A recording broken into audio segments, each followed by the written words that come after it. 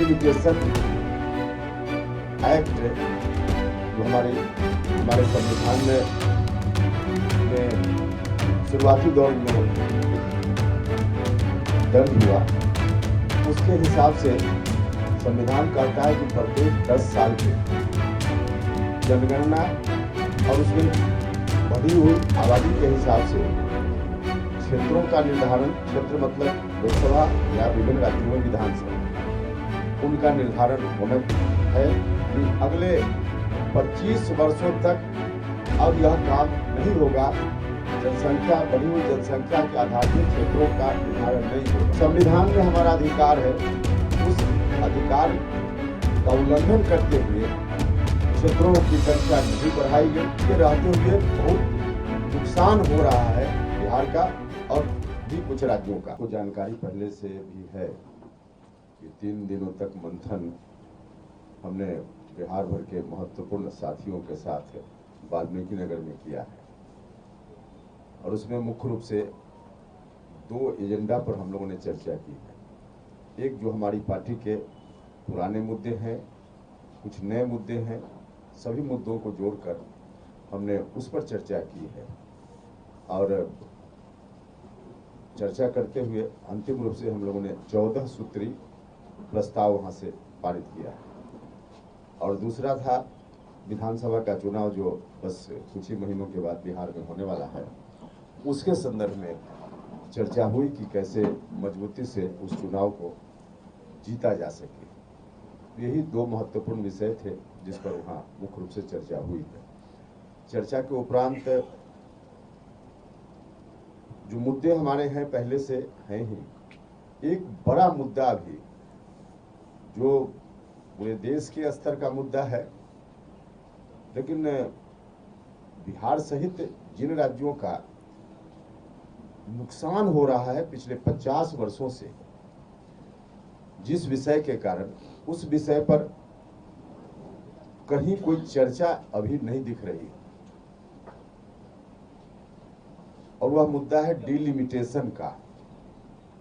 Delimitation act जो हमारे संविधान में शुरुआती दौर में दर्ज हुआ, उसके हिसाब से संविधान कहता है कि प्रत्येक 10 साल पे जनगणना और उसमें बढ़ी हुई आबादी के हिसाब से क्षेत्रों का निर्धारण, क्षेत्र मतलब लोकसभा या विभिन्न राज्यों में विधानसभा, उनका निर्धारण होना है और फिर उसके हिसाब से उसका विकेंद्रीकरण भी किस राज्य में कितनी संख्या लोकसभा क्षेत्रों की होगी या अलग अलग राज्यों में विधानसभा क्षेत्रों की होगी। शुरुआती दौर में 30 साल तक यह व्यवस्था चली संविधान के हिसाब से, 10-10 वर्ष पे करना था तो हुआ 1971 तक। बाद में होना था 10 साल के बाद, लेकिन उसी बीच आपातकाल का दौर आ गया और उस इमरजेंसी के दौरान, वह इमरजेंसी अपने आप में काला धब्बा आज़ाद भारत के हिंदुस्तान में था। इमरजेंसी के बाद देश भर के लोग खड़ा हुए उस इमरजेंसी के विरोध में, उस तानाशाही के विरोध में, और फिर काला धब्बा को धीरे धीरे धोने का, हटाने का प्रयास किया गया। लेकिन आज भी एक ब्लैक स्पॉट हमारे संविधान पर, हमारे देश के प्रजातंत्र पर जो इमरजेंसी के समय लाया गया था, उसका अभी भी अवशेष बरकरार है, जिसका नुकसान बिहार सहित कई राज्य हैं उनका बहुत ही नुकसान हो रहा है। नुकसान इस रूप में हो रहा है कि 1971 में जो जनसंख्या देश की थी, हमारी थी, राज्य की थी, उसके आधार पे अंतिम बार क्षेत्रों का निर्धारण हुआ। उसके बाद फिर 76 में जब इमरजेंसी था, उस वक्त संविधान में 42वां संशोधन लाया गया और उस संशोधन में ही कहा गया कि अगले 25 वर्षों तक अब यह काम नहीं होगा। जनसंख्या बढ़ी हुई जनसंख्या के आधार पर क्षेत्रों का निर्धारण नहीं होगा, क्षेत्रों का विकेंद्रीकरण नहीं होगा। तो 25 साल और उसके बाद फिर 25 साल पूरा होने वाला था, फिर 25 साल के लिए एक्सटेंशन हुआ, मतलब 50 साल जिसकी शुरुआत 1976 से हुई। अब तक बढ़ी हुई आबादी के हिसाब से जो संविधान में हमारा अधिकार है, उस अधिकार का उल्लंघन करते हुए क्षेत्रों की संख्या नहीं बढ़ाई गई, क्षेत्रों का विकेंद्रीकरण नहीं हुआ। तो जो संवैधानिक अधिकार हमारा था उसको 1976 में संशोधन संविधान में करके फ्रीज कर दिया गया। तत्कालीन सरकार ने अनडेमोक्रेटिक स्टेप्स लिए, बहुत सारे स्टेप्स आपातकाल के दौरान प्रजातंत्र के खिलाफ लिया गया था, लेकिन यह एक ऐसा स्टेप था जो आज भी बरकरार है और इसके रहते हुए बहुत नुकसान हो रहा है बिहार का और भी कुछ राज्यों का। बढ़ी हुई संख्या के आधार पर क्षेत्रों का निर्धारण हमारा संवैधानिक अधिकार है और उस हिसाब से यदि संख्या 2011 में अंतिम बार जनगणना हुई है, उसी के आधार पर अगर क्षेत्रों की संख्या का निर्धारण हो तो लोकसभा में जहां अभी हमारे 40 एमपी बिहार से चुनकर जाते हैं, उनकी संख्या 60 से भी ज़्यादा हो जाएगी। और उसी तरह से विधानसभा में 243 लोग, उनकी संख्या भी काफ़ी बढ़ जाएगी।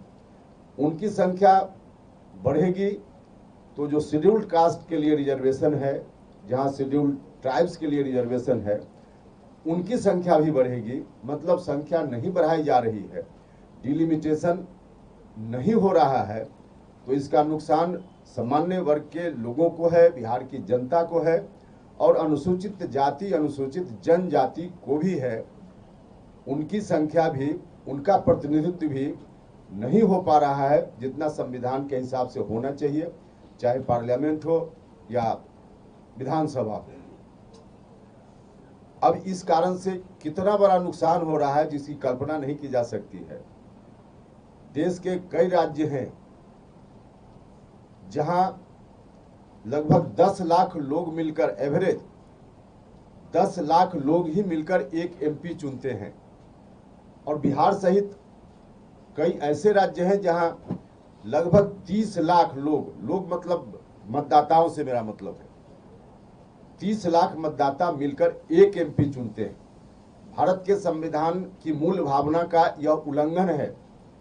भारत का संविधान भारत के हर नागरिक को एक वोट का अधिकार देता है, एक व्यक्ति एक वोट, और उसके वोट का मूल्य बराबर। अब जो व्यवस्था अभी चल रही है, उस व्यवस्था के तहत सबका मूल्य बराबर नहीं हो रहा है। कहीं 10 लाख लोग मिलकर एक प्रतिनिधि भेज दे रहे हैं पार्लियामेंट में, और कहीं 30 लाख लोग मिलकर एक प्रतिनिधि भेजते हैं। तो इससे विकास पर भी बहुत असर हो रहा है। जो अनुसूचित जाति जनजाति, इनके रिप्रेजेंटेशन पर असर हो रहा है, इनका हक मारा जा रहा है। सामान्य वर्ग के लोगों का भी बहुत ही नुकसान हो रहा है। तो हमारी पार्टी ने वहाँ चर्चा की और चर्चा के उपरांत हमने तय किया है कि आपातकाल के इस काला धब्बा को समाप्त करने के लिए हमारी पार्टी किसी सीमा तक जाएगी। हर तरह से हम संघर्ष करेंगे और शुरुआत में हम चाहते हैं, क्योंकि यह विषय ऐसा है जिस विषय के बारे में बहुत लोग जानते नहीं हैं, क्योंकि 50 साल पहले तक हुआ, 1971 तक, 76 में बंद हो गया, तो 50 साल के बीच कभी चर्चा नहीं हुई। साउथ के लोग जिनका थोड़ा लाभ हो जा रहा है डिलिमिटेशन नहीं होने के कारण, तो वहाँ के लोग काफ़ी सजग हैं। और पिछली बार जो सत्र चला लोकसभा का, लगभग हर दिन लोकसभा में वहाँ के लोग फिर से माहौल बनाने की कोशिश करते रहे, भारत सरकार पर दबाव बनाने के लिए। लोकसभा में और लोकसभा से बाहर भी उन राज्यों के कुछ नेताओं का लगातार बयान आ रहा है, लेकिन हम लोगों के इलाके में बिहार सहित कुछ राज्य जो प्रभावित हैं, ज़्यादातर राज्य प्रभावित हैं, वहाँ से कोई आवाज़ नहीं उठ रही है, क्योंकि ऐसा विषय है जिस पर 50 साल से चर्चा नहीं हुई। तो सामान्य तौर पे आम लोगों को जानकारी भी नहीं है कि क्या है। जिस जनता का इतना बड़ा नुकसान हो रहा है उसको पता ही नहीं है, उनको पता ही नहीं है कि आखिर क्या है। तो हमारा संवैधानिक अधिकार से हमको वंचित किया जा रहा है।